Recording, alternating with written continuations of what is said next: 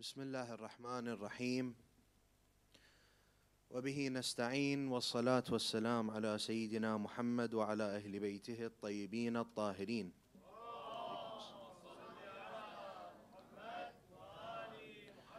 واللعن الدائم على أعدائهم أجمعين من الآن إلى قيام يوم الدين. القول مني في جميع الأشياء قول آل محمد.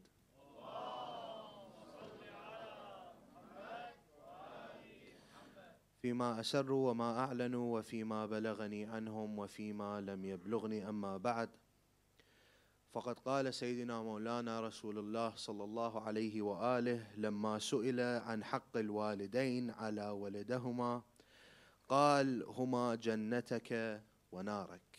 صدق سيدنا مولانا رسول الله صلى الله عليه وآله. صلوا على محمد وآل محمد.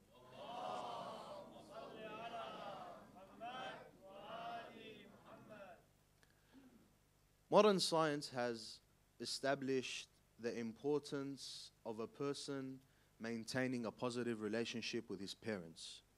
And they conclude by saying that a person with a positive relationship with his parents tends to have A, a happier life, and B, a better relationship with those around him. However, those who have a negative relationship with their parents tend to A, have a less happy life than those who do, and B, have a worse relationship with others as it reflects and it connects with others. Why is that? This is because when a child grows up, he grows up with his parents. The characteristics that he sees, the morals that he sees is all from the parents. His relationship begins with the parents. And I talked about last night, when you're raising your kids, when you make them a promise, follow through with that promise. Why? Because the Imam says they think that you are the only one that sustains them. They are not old enough to recognize that Allah is the one who provides rizq. However, they think you are the one that provides this rizq. So their idea of the one who sustains them and gives them sustenance and gives them compassion and love is you, but then they'll find out that it's Allah, and that relationship connects with Allah Azza wa Jal. Henceforth, the importance of maintaining a positive relationship with the parents. The Holy Prophet, peace be upon him, when he is asked of the rights of the parents upon the children, he said, their right is for the child or the son or daughter to know that they are, the parents are, either his heaven or his hell. That, depending on your relationship with them, determines heaven or hell.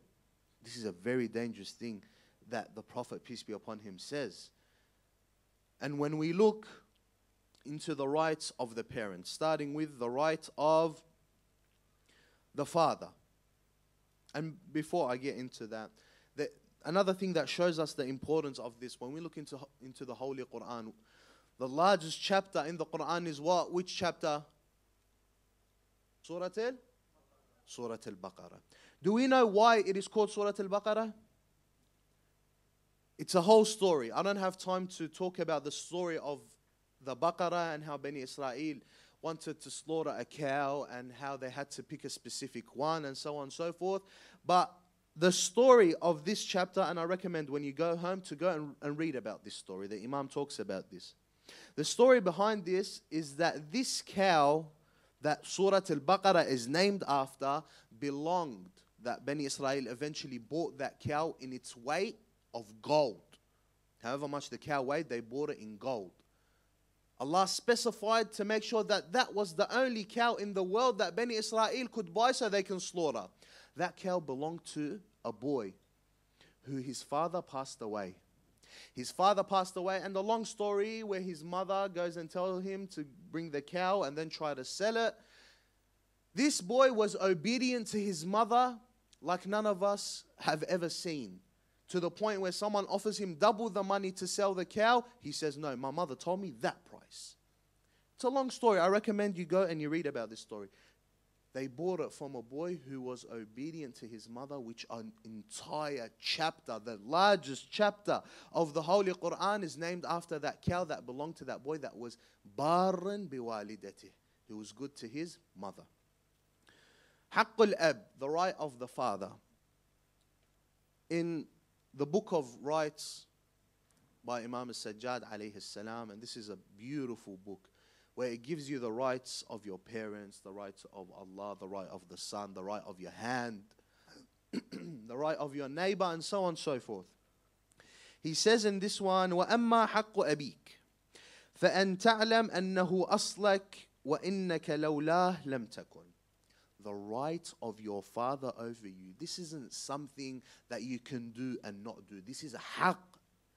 This is a haqq that Allah will hold you accountable for. There is a reason why the Imam compiled this book, because it is the rights. Allah between you and Him can forgive. Allah Ghafurun Rahim. You sin and all of this, and you ask Allah for forgiveness, and on the day of judgment, the sins between you and Allah can be forgiven. Allah is merciful. But Allah tells you, between me and you, okay. But between you and the rights of others, I have no control over. Between you and Allah, no problem. Allah will forgive you on the day of judgment, insha'Allah, through the intercession of Muhammad wa Ali Muhammad.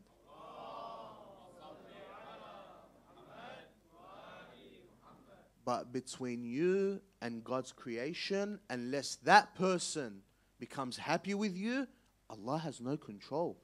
Allah will tell you, this person will take your deeds if you have oppressed him. This is a haqq that we have to oblige by. So the haqq of the father, for you to know that he is the origin and you are the branch. He is the root and you are the branch. And if it wasn't for him, you would have never been alive. وَلَوْلَهُ لَمْ تَكُنْ فَمَهْمَا رَأَيْتَ فِي نَفْسِكَ مِمَّا يُعْجِبُكَ.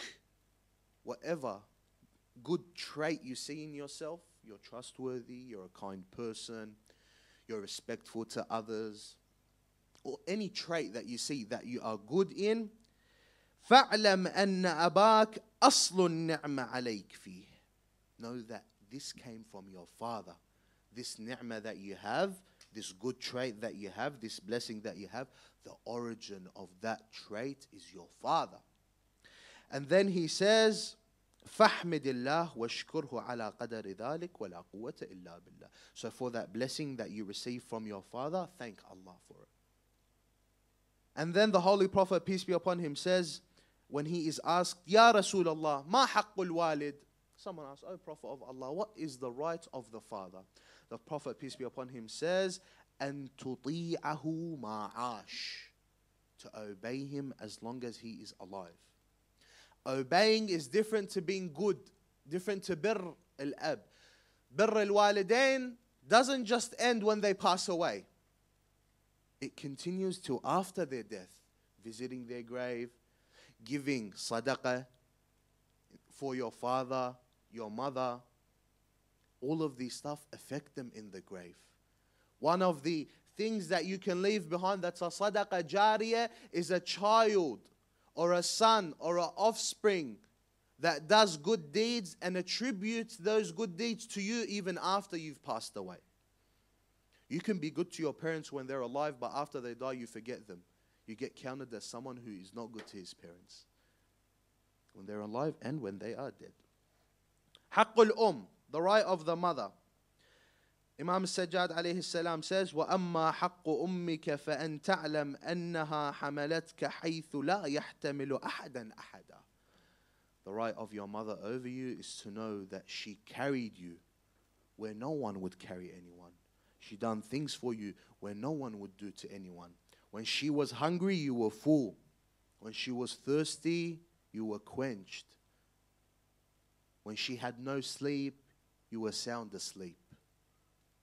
This is the haqq of the And then the Holy Prophet, peace be upon him, when he is asked also on the right of the mother, he says, هيهات هيهات لو أنه عدد رمل مال عالج وقطر المطر أيام الدنيا قام بين يديها ما عدل ذلك يوم حملته في بطنها.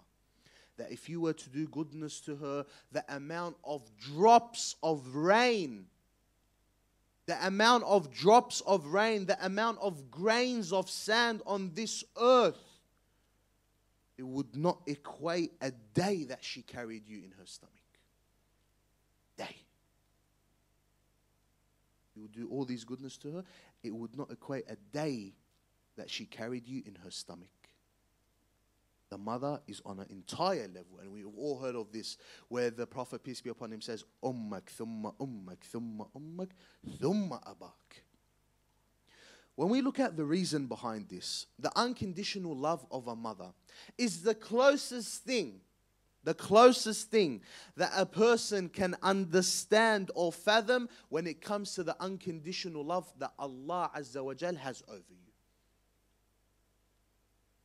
And you can't compare the two. Allah's love for you is much stronger and much greater than the love and the unconditional love that the mother has over her son or daughter. But the closest thing the human can understand from the love of Allah Azza wa Jal to you is the love of your mother, the unconditional love, where she does not want anything from you.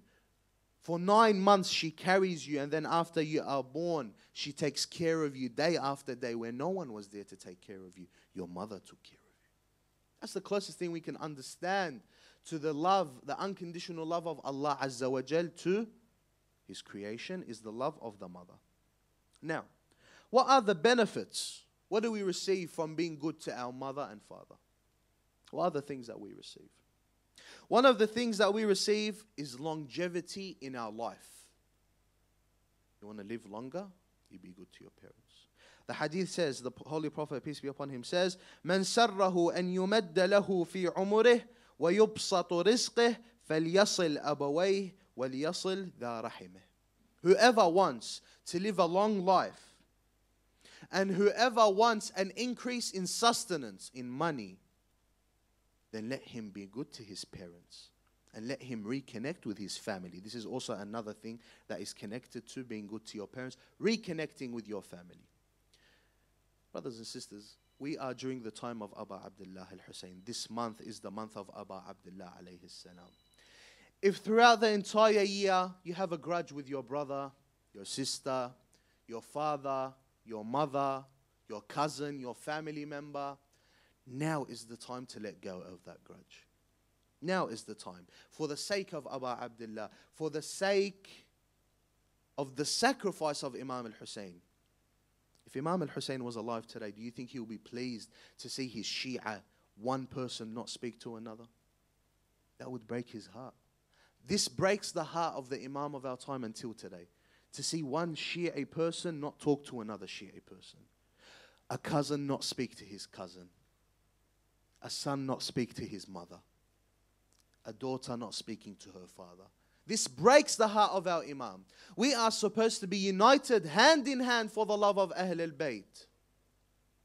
This is the time that you reconnect with your family. This is the time that you reconnect with your parents. If you do have a problem with your parents, if you have disconnected from your parents, trust me, the world is very short.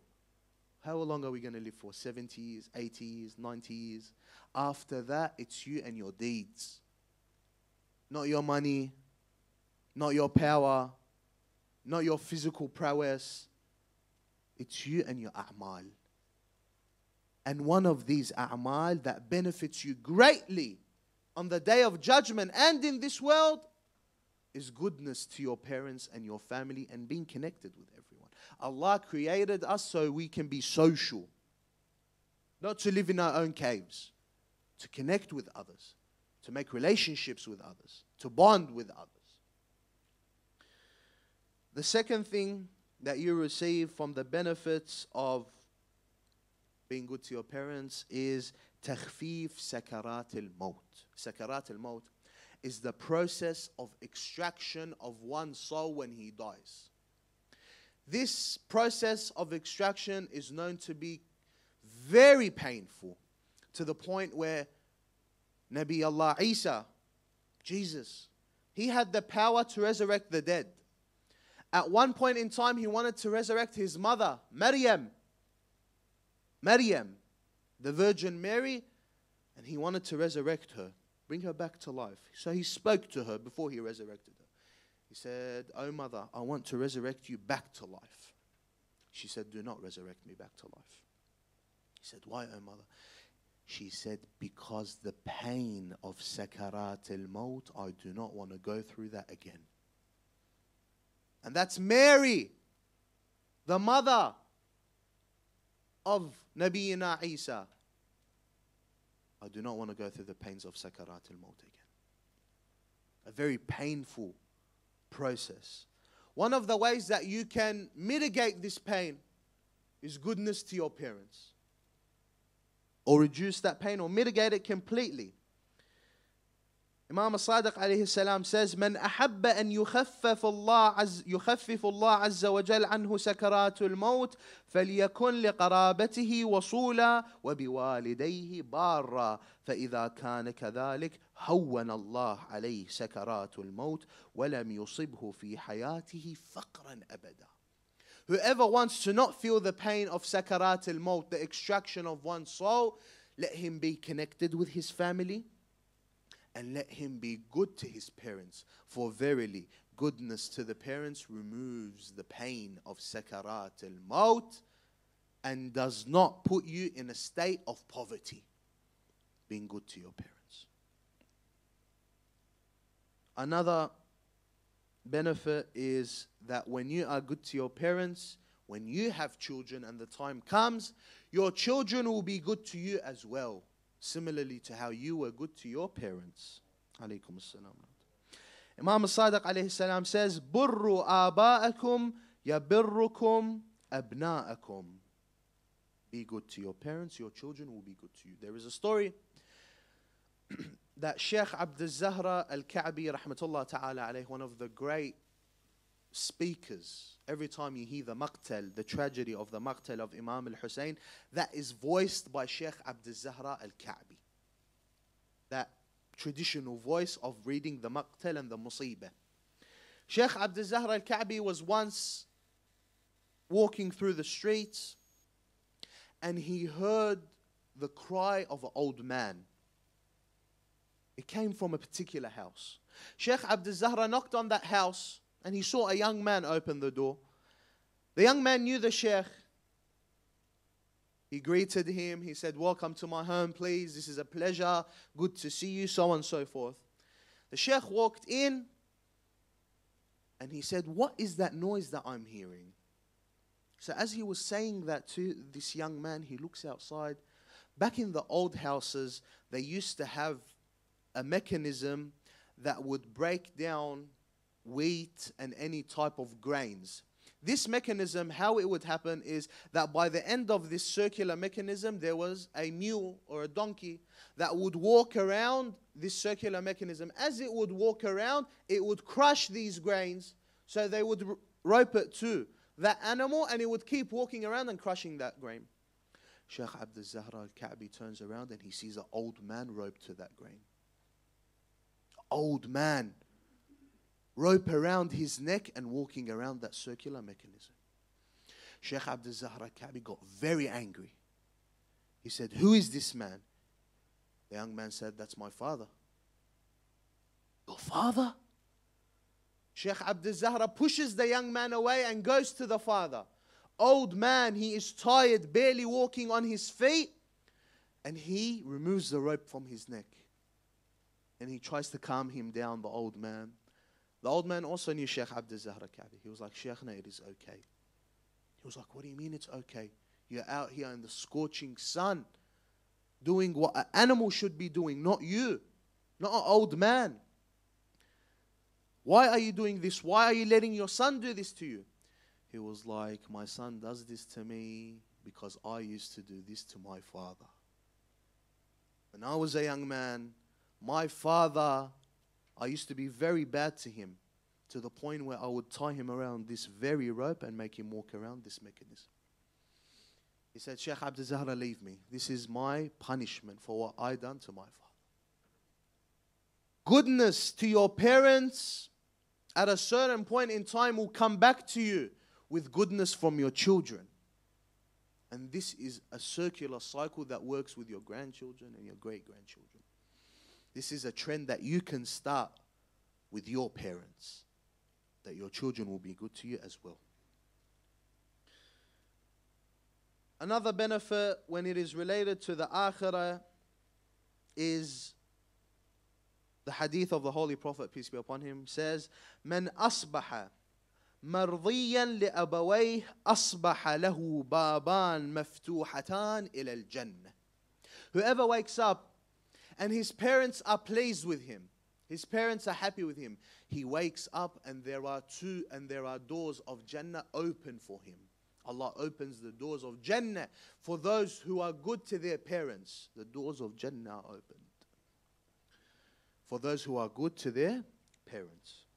Another hadith, Imam As-Sadiq alayhi salam says, ثلاث دعوات لا يحجبن عن الله. There are 3 du'as that are never not accepted, that are never veiled from Allah Azza wa Jal. 3 du'as that are always guaranteed to be accepted. The first one is دعاء الوالد لولده إذا بره. The dua of the parent to the child when the child is good to him. See, when your father is pleased with you or your mother is pleased with you, she makes dua for you. This dua is always accepted, guaranteed to be accepted. And the second type of dua is وَدَعْوَتَهُ عَلَيْهِ إِذَا عَقَّهُ. Now the second dua that is guaranteed to be accepted, the dua of the parents when their sons or daughters are what? Are bad to them, are disrespectful to them, are oppressive to them. And they make dua against the son and daughter, that is always guaranteed to be accepted. And the third dua is وَدُعَاءَ الْمَظْلُومِ عَلَى مَنْ ظَلَمَهُ وَدُعَاءَهُ لِمَنْ انْتَصَرَ لَهُ مِنْهُ. And the dua of the oppressed, whoever is oppressed, when he makes dua against those who oppress him, or who makes dua to those who aid the oppressed, that is also guaranteed to be accepted. Now, what are the results of you being bad to your parents? You not having a stable and good relationship with your parents when they're alive and when they're dead, in any way, shape or form. What is the negative effect of it? One of them is, Imam As-Sadiq alayhi salam says, "Man nadhara ila abawayhi nadhru maqit wa huma zalimani lah lam yaqbil Allah lahu salat." Whoever gives a bad look to their parents, a look of envy or a look of hatred to the parents, and they have oppressed him. Not they haven't oppressed him, they haven't done nothing to you and you're just cut because they didn't do something for you and then you just give them dirties. No, you give them a look of hatred and they have oppressed you. Allah will not accept your salah anymore. This is very dangerous. This is very scary. You give them a look of hatred, looking at them with hatred, Allah will not accept your salah. This is very important for us to apply. This is very important for us to be good to our parents. Look at the effects that happen when you are not. The Holy Prophet, peace be upon him, says, "Kun barran waqsir ala al-jannah, wa in kunta aaqan faqsir ala al-nar." Be good, and you now have a shortcut to Jannah. Be bad to your parents, and now you have a shortcut to Jahannam. And he also says, "Man asbaha muskhitan li abawayh asbaha lahu baban maftuhatan ila an-nar." Whoever wakes up and his parents are displeased with him, he wakes up and 2 doors of Jahannam are open for him, waiting. This is the dangers of not being good to your parents.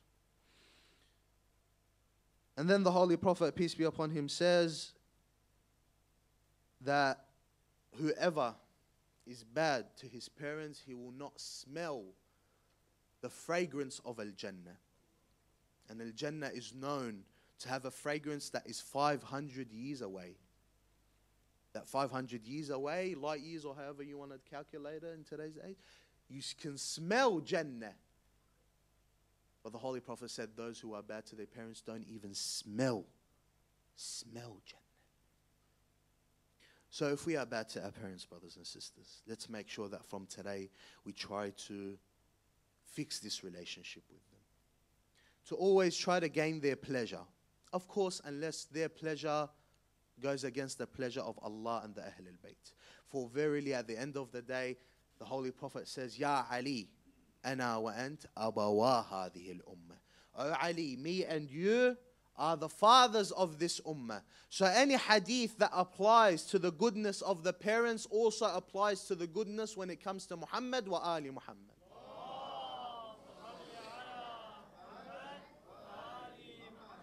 And you see the relationship between the mother and the son, it is full of love. Full of love. And it always will be that way. However, in Karbala, the nature of the human changed. When the mother would protect her child in any other circumstance, when the mother would come to protect her child from any evil and harm that would come to them, on the day of Ashura, the mothers would go and would tell their son, go and die in the name of Aba Abdullah al-Hussein. One of the companions of Imam al-Hussein, when he went to battle, his wife, he was newlywed. Alaykum as-salam. He was newlywed. He had just gotten married. And he saw and he heard the cry of Aba Abdullah, هل من ناصر ينصرنا هل من ذاب يذب عنا. Is there anyone to aid us during a time where Aba Abdullah had no one? هلا من ناصر ينصرنا. This companion heard the cry of Aba Abdullah and he went to fight in the name of Aba Abdullah. The wife was hesitant. He's a newlywed. She had just gotten married to her husband. He tells him, my dear, we had just gotten married. Are you really going to go to what is surely a massacre? We are facing 30,000 strong. She was very hesitant. However, the mother, when I tell you the love of the mother is unconditional to the son, the mother says to her son, go and sacrifice yourself to protect Aba Abdullah. When usually the mothers would protect their children, when it came to Imam al-Hussein, no, go in the path of Aba Abdullah. And then as he was going to fight, he heard the cry of his wife, his newlywed. She calls him back. She says, I have changed my mind. I will stay with the women of Imam al-Hussein and you go and fight, protecting Imam al-Hussein. He said, what made you change your mind?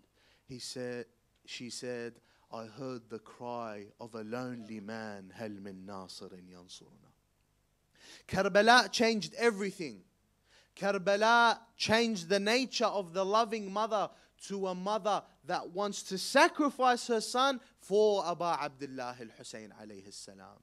So all the values that we have, all the relationships that we must form, we must look at Imam al-Hussein's tragedy and look, why are we not doing this for the sake of Aba Abdullah? For the sake of the sacrifice that Aba Abdullah alayhi salam done.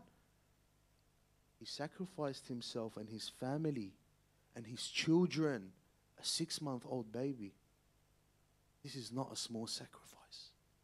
So we can have these values. We can uphold these gatherings. We can remember the tragedy of Aba Abdullah. He done this for us. So is it really worth it for you not to speak to your parents? Is it really worth it that you don't speak to a family member because of a problem in this world? Is it really worth it? It will never be. When it comes to Aba Abdullah, nothing is worth it. So let's try to change this aspect. Let's try to be as good as we possibly can to our parents and try to reconnect with our family members. This is something that would only please the Imam of our time. عجل الله تعالى فرجه. اللهم عجل وليك الفرج والعافية والنصر واجعلنا من أنصاره وأعوانه ومن شيعته ومحبيه وإلى أرواح المؤمنين والمؤمنات رحم الله من قرأ سورة المباركة الفاتحة